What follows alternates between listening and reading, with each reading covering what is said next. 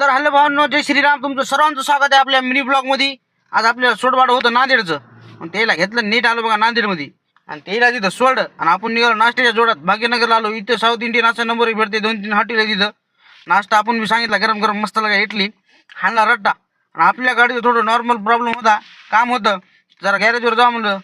Garage बी तितक्या लवकर काय उघडे नाही. मग बसलो तिथं 10-10:30 वाजेलो. मग या सच्च्याला फोन केला मी. सच्च्याला म्हणलं भाई कुठं आहे ते? मला इथंच आहे बायपासला नांदेडला. म्हणलं ये इथं. मग ते आलं बघा, थोडं गप्पा मारल्या. मग मेकॅनिक बी आला बघा गॅरेजवरचा. मग त्याला सांगितलं ते दुसरंच सांगायला, नवदरच म्हणाला कवा, हिटर प्लगच म्हणाला कवा, दुसऱ्याला दाखिलं ते दुसरंच सांगायले. मी म्हणलं इथं काम करण्यात अर्थच नाही बाबा, आपलं परभणीला करता येते भगवान भाऊकड.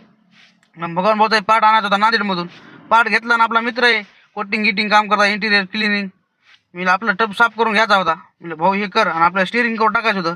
आणि हे आपल्या मित्राचंच कार डेकोरेशन आहे. गेलो त्याच्याकडे, स्टिअरिंग कवर घेतलं बघा. हे परभणीत आणलं 700 रुपयाचं तरी आहे. तिथे कितीला भेटलं सांगू का तुम्हाला? 300 रुपयाला. मग काय ते काम फाम करून तिथून निघालो लग्या. डायरेक्ट पूर्णला आलो बघा, कुठंच थांबलो नाही.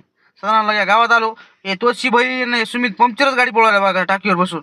मग जरा घरी नाश्ता जेवण केलो, आणि मग निघालो बघा परभणीला. ते भाऊचा पार्ट द्यायचा होता. मग भाऊ तर काय नव्हता जागेवर, त्याला मग तिथं पार्ट त्याचा बास पंप. आणि मी निघालो बघा घराकडे. व्हिडिओ कसा वाटला तर सांगा, लाईक फॉलो शेअर करायला विसरू नका. धन्यवाद. भेटू पुढच्या पार्टमध्ये.